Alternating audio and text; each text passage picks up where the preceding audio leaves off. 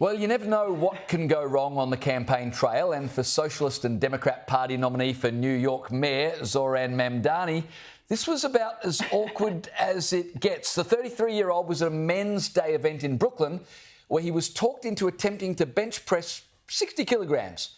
He should have stuck to hating on Israel.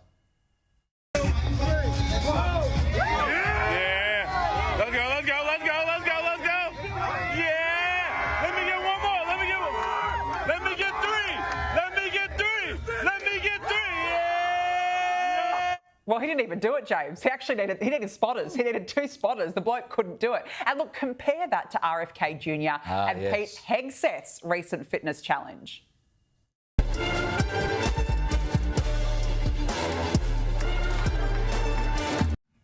Joining us now is the incredibly fit host of Brad versus Everyone podcast, Brad Polumbo. Brad, I suppose the Democrat candidate can now officially be called a lightweight.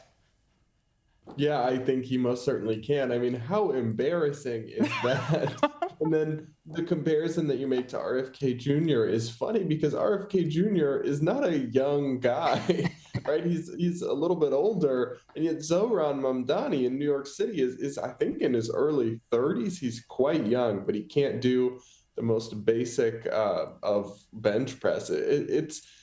Oh, gee, I wonder why Democrats are struggling with men. Like, these are their avatars of masculinity and the people who are going to take back the male vote. I don't know. If I was the Republicans, I wouldn't exactly be shivering in my boots over that one. What a shame Brad Mamdani can't add bench presser to his long and illustrious resume, including, you know, rap artist, musician, financial counsellor. He can't add that one, unfortunately. Now, this is quite interesting. More than 2.8 million people now identify as transgender in the US, including an estimated 724,000 youth. Brad, I thought it was interesting because The Guardian is claiming that these findings counter Donald Trump's, quote, aggressive efforts to deny the existence of trans minors. What do you put it down to?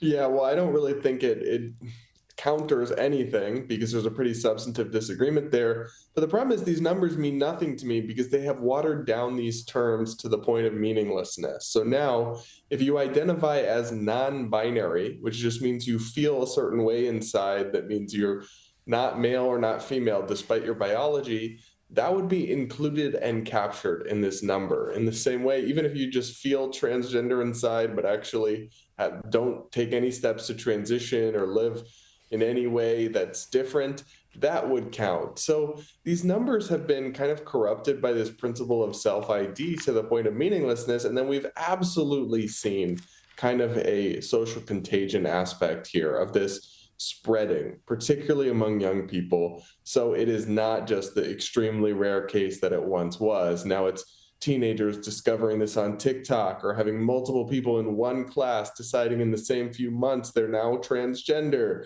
It's clearly a much broader phenomenon here that doesn't represent just more people living their true selves. That's not it at all. Brad, a Los Angeles high-speed police chase has gone viral after the suspect stopped mid-chase to get petrol, and he still managed to escape. Have a look. Driver stepping out of the vehicle. And he's going to drop it right here. Bending. Oh, he's going to get gas. Brad, he fills his tank full of petrol and drives off with the police still in pursuit. What do you make of that? Questions for these police officers and what they were doing that this could ever happen and he would get away with it. I mean, I think in the digital age, it's unlikely you're ever really going to get away like this, but look, it's a comical moment, not the finest moment for our police officers, but I still respect and appreciate the work they do because these kinds of situations can be very dangerous for them, especially car chases and pulling people over. It's actually very serious stuff, as funny as this video may be.